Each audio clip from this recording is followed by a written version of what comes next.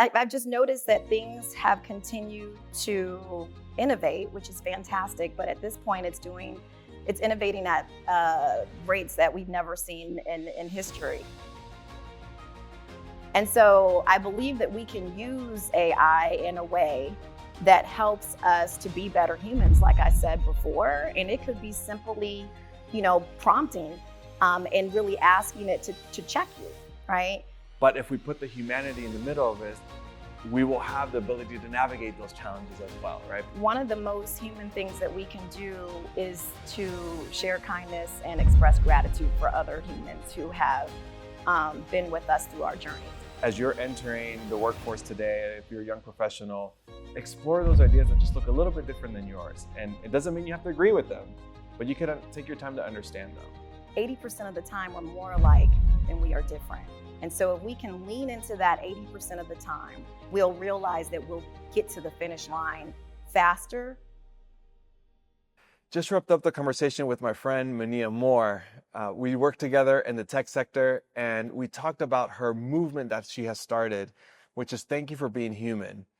And we spoke about how her discovery around how AI was intersecting with her day-to-day life, starting challenging herself about what it is like to be human today.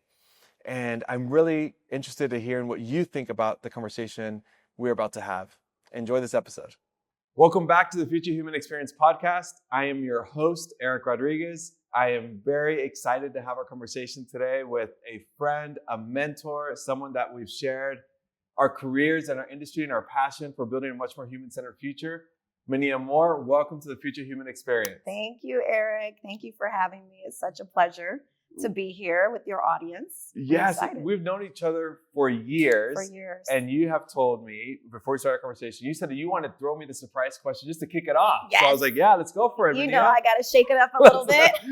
Let's go. So what do you have prepared for me after all these years that we've known each other? We've worked together as well. Well, I always say less is more, yes, unless your last name is Moore, like mine. So I have two questions. Oh, all right. But I'm going to let you pick. Okay. So A or B? All right, B. B. Okay. You're right. This is awesome. Okay, let's go. Okay, so we do have the connection with Intel, which yes, we'll probably talk about during the podcast. But we also have another unique connection, and that's Ecuador. Yes. So I don't know if you remember, but my oldest daughter, before she went to college, she did a bridge year. Oh, yes. Over in Ecuador. Yes, yes. And I have to tell you, it was an amazing experience for her. I think every young adult should travel abroad at some point. And so it really gave her a different perspective about the world. And so my question to you is, hold on. Okay, so my question is, if you could take one lesson from your time at Ecuador about community, about presence, about what it means to be human, and encode it into the future we're building for the next generation, what would it be? Ooh.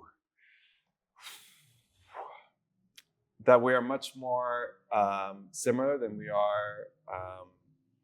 That we're much more similar. I think we are in this era that we tie ourselves in. Because of technology, we're trying to kind of build a future that's like, okay, what's much more unique about me? And that's great. But when we try to look and explore our uniqueness, we actually uncover that we have a lot of similarities with other people as well. So even though we are coming from different cultures, from different backgrounds, from different times as well, we have a lot of things, a lot of passions, a lot of purpose-driven work that we care about that come from our communities. And no matter where we grow up from, I think that always centers us. And I think that was the experience I had in Ecuador, was even though I was moving to a brand new world in my 11-year-old brain, that I was like, okay, this is radical. What I learned was that we're not that different. That yes, there are differences, absolutely, just like in any community growing up, but there's a lot of similarities too. And if we acknowledge some of those similarities, we're able to have those conversations about our differences in a much more empathetic way.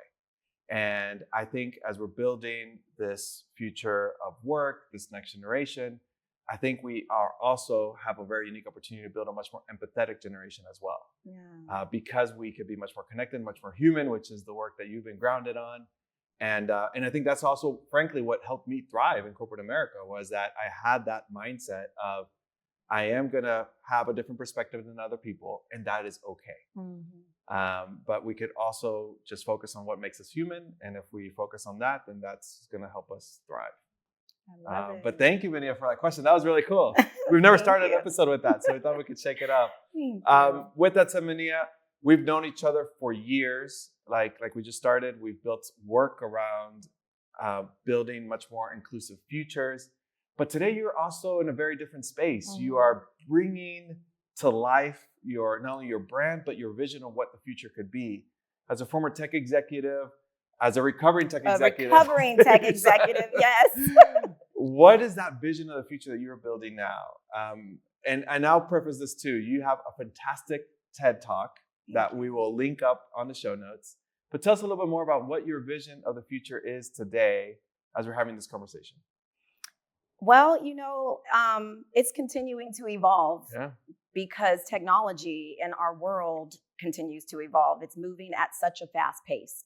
But I will say where I am right now in this transition is rediscovering what it means to be human. I've been in the tech industry, as you've noted, for quite some time, almost 3 decades. I started when I was like 7. I've just noticed that things have continued to innovate, which is fantastic. But at this point, it's innovating at rates that we've never seen in history. And so it's hard to say that I am specifically in this space or that space and what that next path looks like for me after corporate America. But I will say that what I'm leaning into is this idea of what it means to be human and really being grateful for my place in humanity and the people who have been in my life that has helped me along my tech journey. And it starts with the practice of being human, right? Because I think that we have so many things that are being thrown at us, and we have wonderful technology at our hands, like AI, that makes us go faster, that we can easily disconnect, always on our devices, or, just now we can actually form what feels like relationships with technology, because AI has become such more prevalent and commercialized, where we can all use it for many productive things to help us to be more productive. And I think that we can also leverage it to help us be more human. Yes. Minea, share with us a little bit more about that speed piece, right? I think because we were in these conversations around innovation, we were obsessed with speed. But there was another part that I think was what connected us both to a certain extent, was that we cared about speed. That's important. But we also cared about what I call the gradual work, the work in our communities, the work in education, the work with our the suppliers that we're impacting with the decisions that we're making. Tell us a little bit more about why that type of work was not only important then, but is critical today, where things are going, I agree with you, at an accelerated pace. But that human work is the work that's needed not only in our corporations, but in our communities, as we're building a much more technology world, but could be also much more human world as well. Yeah, I actually call it impact work. And I believe that businesses can do well financially.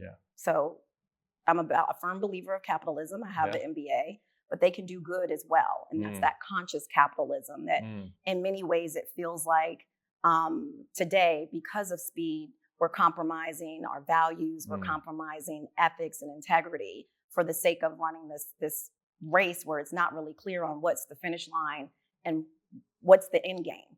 And so if I reflect back onto the work that we did, it's always been about impact, but it's also been more tied to like the infrastructure. The company that we worked for, Intel, was working on technology 7, 8, 9 years in advance, pathfinding. And we had the ability, because the company, the way that it was an engineering data-driven company, even when it came to topics like workforce development, we were looking down the pipeline, supply chain and supplier diversity. We were looking, down a few years out, trying to understand where the puck was going and how do we make commitments now to help us to get there and build an infrastructure to help us to get there, recognizing that it doesn't happen overnight. It seems like nowadays we don't really take a step back to build that infrastructure and really be clear on who we're impacting in this race. So I think back to the work that we did together, or that I took over from you, actually. I took over from you with putting computer science and engineering pathways in the Oakland Unified School District, making a commitment that we said this $5 million investment, we will put these skills in these high schools, right? And build it into the curriculum with the hope of encouraging students at an early age to choose STEM fields in college. And then the more that go to college, then that means that we can recruit for them to work at Intel, right? So we were building that pipeline. And it was the same in the supply chain when I ran supplier diversity. We made a 5-year commitment to spend $1 billion with diverse-owned businesses. And at the time, we were only spending $250 million. And that might sound like a lot, but that was on a global spend of $22 billion. And it was with a program that had been in existence for like 10 years by the time I took it over. So we weren't like, we're going to go from 250,000 to $1 billion overnight. We knew that we needed that runway, and we needed to do more than just check the box, if you will, but figure out how do we integrate into the system to make it sustainable beyond whatever that multi-year commitment was. And I don't necessarily see, and maybe you have examples. I would love to hear it. Maybe there's somebody that can come on your podcast, and I would love to listen to it or talk to somebody about it. But it feels like we're moving so quickly now that we're not thinking about that multi-year strategy, and we're not thinking about what are we doing to integrate humans and the impact that our decisions are making to humans in the long run, collectively. Like we're not having that conversation with the key players at the table, from public to private to, policymakers to entrepreneurs to, thought leaders like us. Like, how do we all come together? Because to your earlier point, 80% of the time, I believe, we're more alike than we're not. It's the Pareto rule, right? 80% of the time, we're more alike than we are different. And so if we can lean into that 80% of the time and make sure that we're bringing a diverse group of individuals with skill sets and experiences and points of view around the table to lean into that shared value, negotiate on the 20%, then I think that we will hopefully, I don't want to say we'll slow down, but I think that we'll realize that we'll get to the finish line faster once we define the finish line and with that collective impact. Does that make sense? That's great. I mean, it makes me think, Minea, that we have built these systems sometimes without the stakeholders or without the impact that we want to make in mind. To your point, I love what you just said, that we're running this race that we have no idea where we're going. We think we know, but we're struggling to define that, and that feels uncomfortable today. It also reminds me of this moment that I had when I was in college. I had an opportunity to have an internship in 2001. It was a summer internship, and I thought it was a wonderful experience. And I remember just thinking at that moment, I was like, wow, why are they making a commitment with a 19-year-old engineering student for something that's 3-4 years down the road? And they're like, no, Eric, we have this commitment, we have this long-term strategy. And I was like, wow, what a blessing. So I remember going back to school at that time. This was fall of 2001. And I tell all these students about these awesome internship opportunities that all these organizations are having for students. And they said, great, Eric, we're going to apply in it and what have you. But then they didn't get hardly half of the opportunities that our class was getting. And I was like, what changed? And now reflecting back at those moments on how people just started in early 2000s, started thinking long term, and then our world just kind of shrunk. I could just go back and think about 9/11 and thinking how 9/11 was like the shock to the system, that people were making all these 5-year, 10-year plans And then all of a sudden, the country was vastly different. And then I think about our financial crisis that we had maybe 7, 8 years later. And again, all these companies were making these multi-year plans, and then they got disrupted. And then you go and through the dot-com boom, or you throw in COVID and you throw in all these other elements of it. George Floyd. Correct. George Floyd, correct, in 2020, Mm-hmm. right? How we And thought many we others. were, yeah, and the way that companies responded to that weren't necessarily a long-term mindset. They were Right. like, how do I check the box? Yeah. And then now you play this out a few years later, and you realize why we were responding to things a certain way, right? We weren't responding from a authentic, strategic, human-centered 10 years down the road way. We're responding it from a sense of, I just needed to respond to this because I needed to respond to this.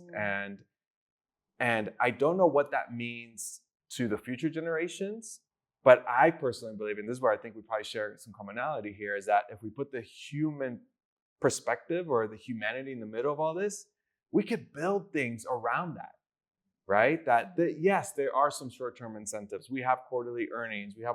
I understand those elements. But let's also recognize that those systems were built decades before the decision makers that we have today in those positions. Yeah. And so I think what you are asking all of us to do, which is I think what all this podcast has been inspired about, has been around, we're building a much more human-centered future, is that we're asking all of us to put the human in the middle. And if we put the human in the middle, you could build systems that are nimble enough, that are flexible enough that, yes, we're going to have tragedies. Yes, we're going to have political discourses, political disagreements, and politics will come in and out, and communities will be misrepresented, or will also be demonized as well. But if we put the humanity in the middle of it, we will have the ability to navigate those challenges as well, right? Because we are not asking our communities today to do something that was vastly different than we did maybe 10, 20, 30, 50, 60 years ago, or more than that. We're equipped for this. And I think what got me inspired to not only bring you into this conversation, but your TEDx talk asked us to be more human.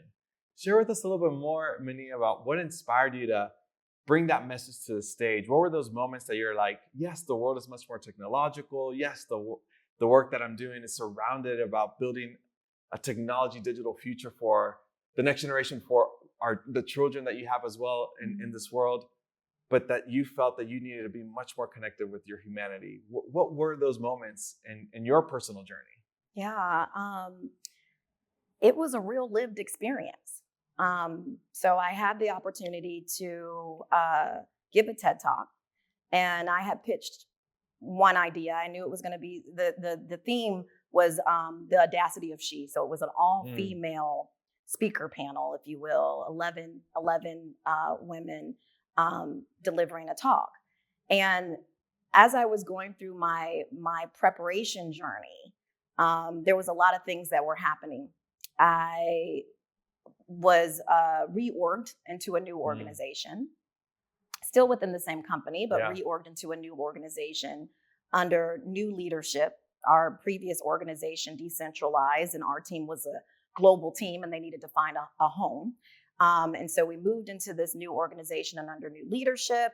And it was somewhat of a challenge.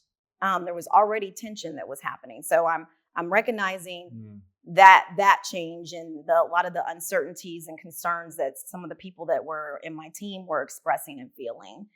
And I'm also seeing this rise of AI, which has been around for a long time. So it's not like, when I say that, it's not like, oh, all of a sudden, ChatGPT started using it 3 years ago or 2 years ago or what have you, and it just arrived. No, it's been around for a very long time. But it's coming to the main stage where many of us are using it in our everyday life, and a lot of corporations were encouraging the employees to start using it to be more productive, which I found interesting, because before, it just felt like, oh, am I cheating? In the very beginning, it was like, am I cheating using this technology? So I'm having this engagement. I'm starting to engage and interact with this artificial intelligence that's helping me to be more productive, to actually navigate some of the changes that I was experiencing. And in that journey, what I was finding is that the technology, AI in particular, ChatGPT, was showing up with more human presence than some of the people around me. I was noticing that a lot of people in the workplace were seemingly focusing more on, I would say, productivity, efficiency, and not necessarily trying to understand more about the people. Not really trying to understand more about the leaders and the journey that these people have been on. And here I am chatting with Chat, who's affirming me like, you go get them. You're great, right? All the things that, many of us want to hear. We want to feel like, we're great. We're validated. Yeah. And then I would go into this environment that felt cold, talking with people that, many looked up to, a person in particular that many looked up to. And it was like, I'm talking to a robot. It was very transactional. And so that's the irony in that I'm starting to share more in this void called ChatGPT that's completely artificial, but it's showing up as having more presence for me, an emotional presence for me than the people that are around me. That caused me to really start thinking about what does that mean for humanity and what's happening. Yeah. Right. Yeah. And the connection that if we continue without really figuring out how to remain fully human and what I just saw happening was it felt like if we don't swing the pendulum back to humanity at some point, then we'll lose the ability to really connect with each other, because this technology that's replacing a lot of things, like, some roles that we know about. And that's one of my other surprise question was tied to that, which we can end that if you want to. Yeah. But, it's replacing a lot of things. How do we make sure that we don't outsource our humanity to it? So that's kind of what I uncovered through my use of technology on this TEDx journey. Yeah, and we'll have links to the TED Talk as well on our show notes. So I highly, highly recommend spend some time with Minea and her story on. And I won't even say the name that you gave the ChatGPT. I'll let that be a little teaser for the TEDx. Minea, one of the things that you highlight in your TEDx talk is that you felt that AI was a mirror to your human experience to a certain extent. Tell us a little bit more than today. How do we build technology that brings everyone along, but that still feels empathetic and human and not necessarily just a reflection of oneself? Yeah, AI is definitely a reflection of us, right? It reflects back, and in many ways, it reinforces us, which can be dangerous. So I'll tell you a story. Yeah. I recently had a friend who was also, we had a business relationship, and that business relationship somewhat started deteriorating because of a misunderstanding from a friendship. And I could have gone to use AI, invented. Actually, I kind of did a little bit, right? If I were to be honest, human about it, right? But put my anger in there and try to justify how I was feeling and how could she be thinking this way. And I did that a little bit. But then I also took time to ask it to check me, right? Because we can look in the mirror and see what we want to see, but in many cases, we need to see what other people see as well. And so I was very, very thoughtful in how I even asked the question, here's the scenario. Help me to see what I might not be seeing in myself. What are my blind spots in this situation? Even to the point when I was responding back to communications, I said, can you please read this to make sure that there's not a lot of emotion in it, that it's not going to trigger the person that's receiving this on the other end. Wow.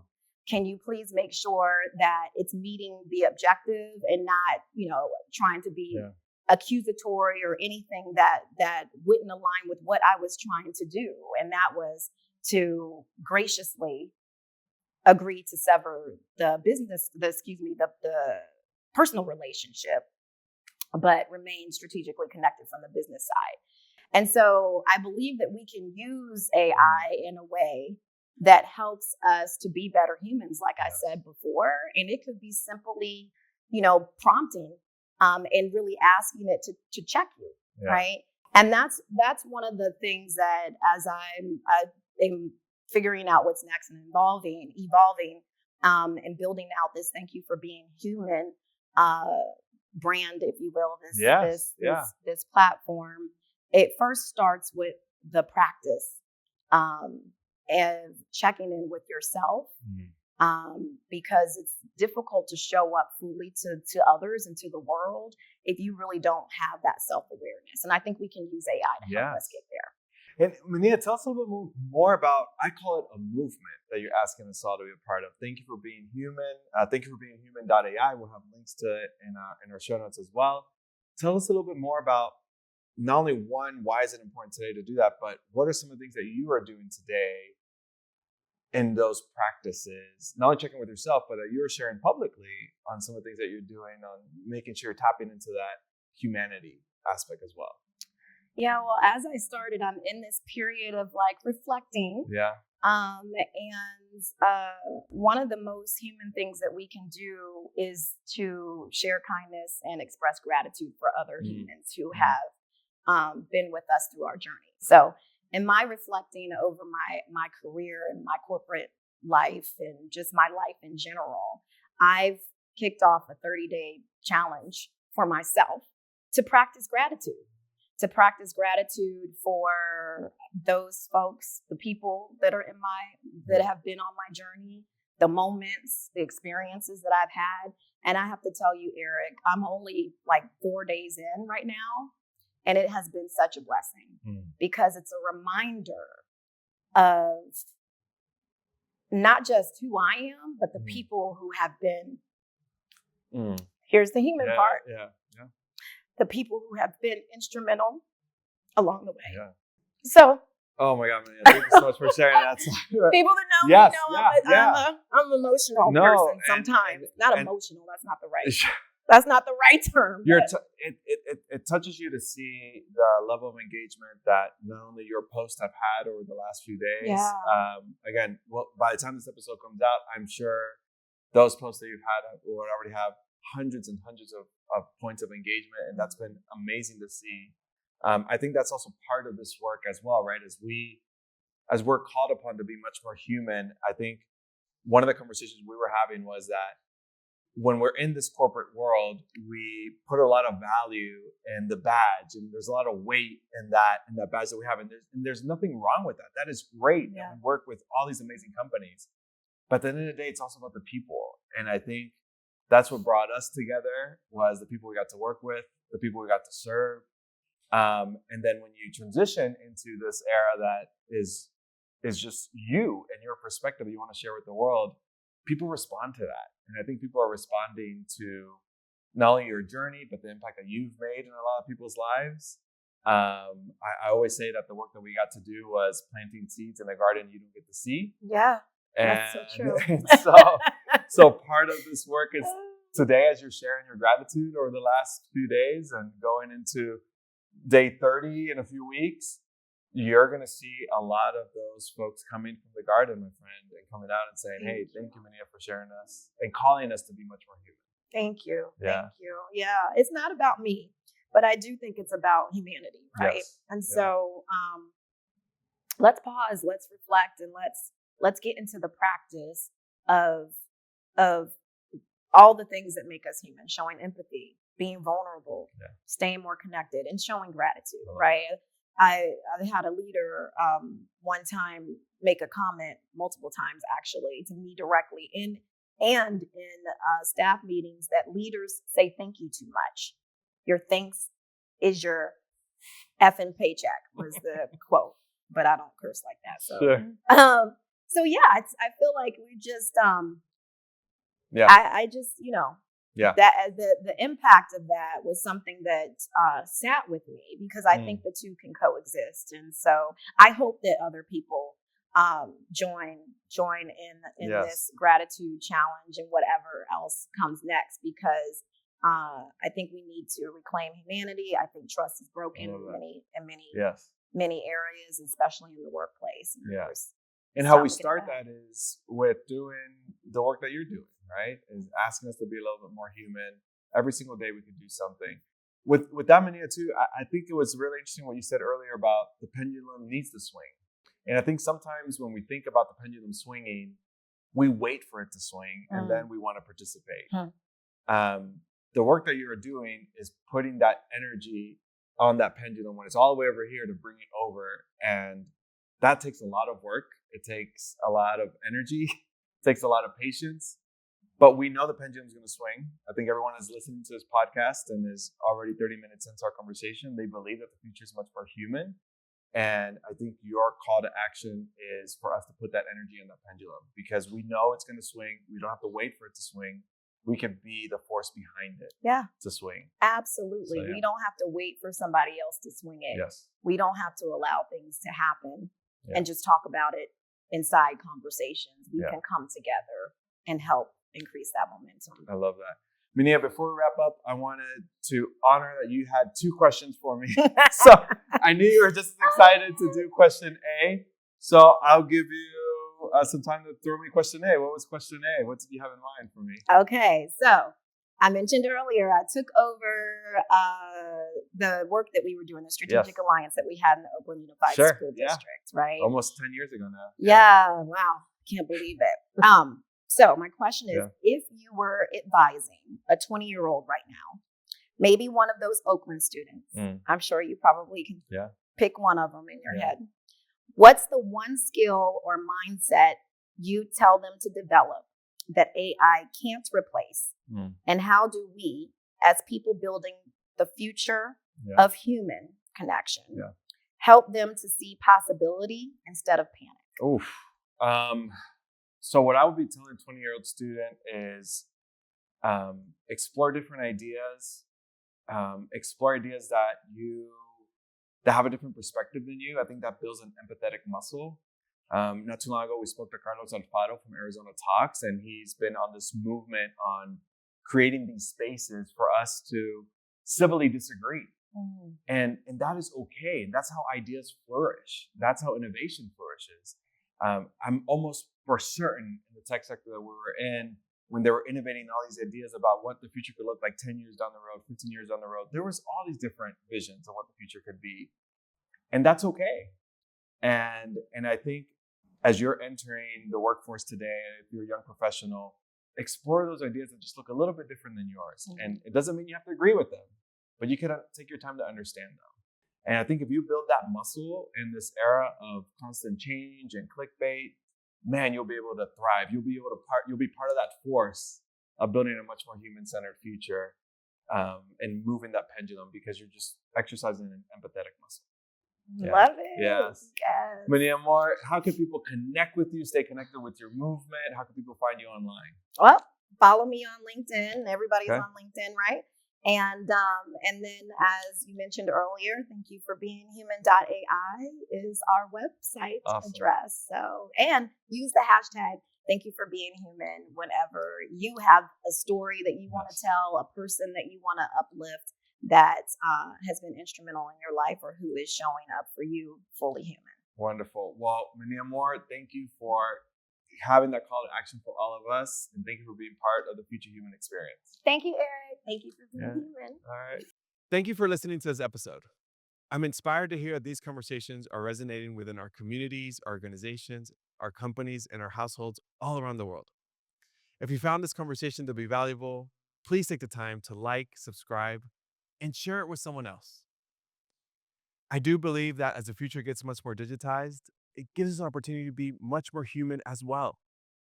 And these conversations are part of that journey. So if you're enjoying the content on this channel, please check out these videos. Thank you.